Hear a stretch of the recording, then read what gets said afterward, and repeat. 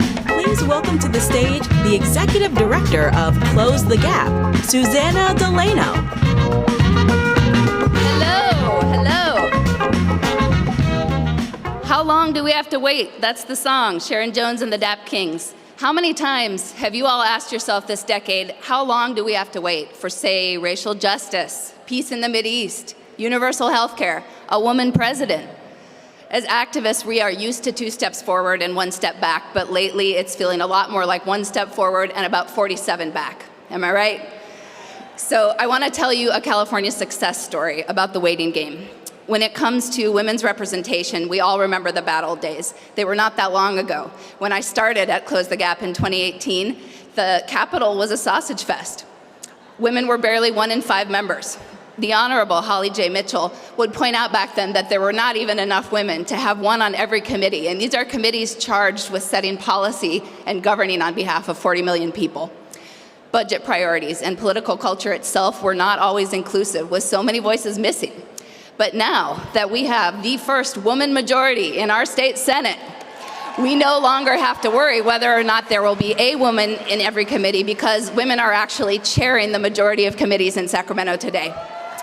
Recently, our speaker, Robert Rivas, noted that the doubling of women's numbers since he arrived in Sacramento is not just progress, it's a revolution. He's right.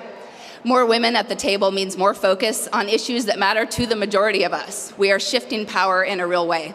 And when it comes to problem solving, know that half the bench of California talent is no longer sitting on the bench.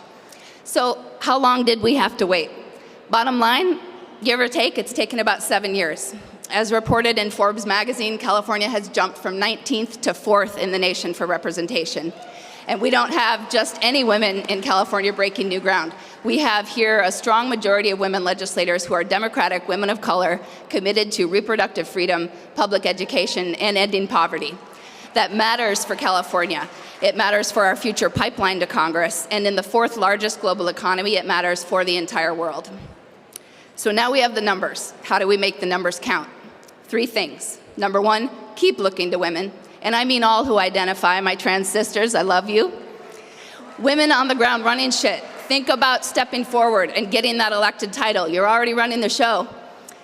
Number 2, organize for the duration. Back in 2013, our Close the Gap foremothers were sick of asking, how long do we have to wait? So they organized.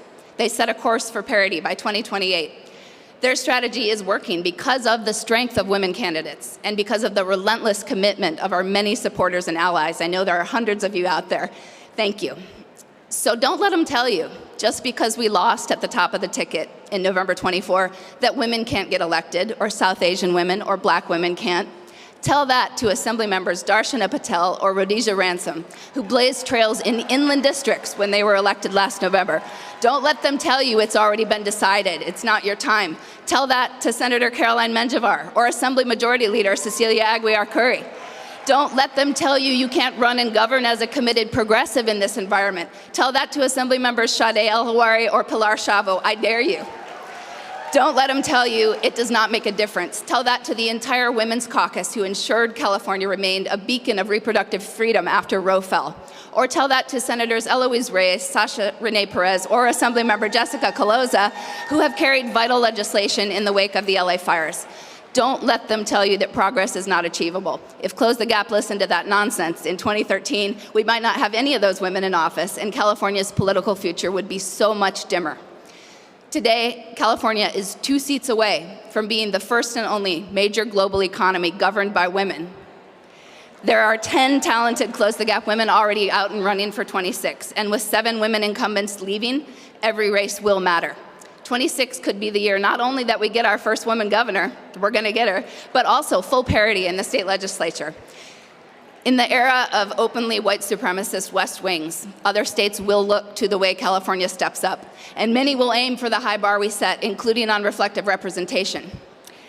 It has taken a damn village to get to this point, and we will need an even bigger village to make sure we don't have to wait much longer. Thank you.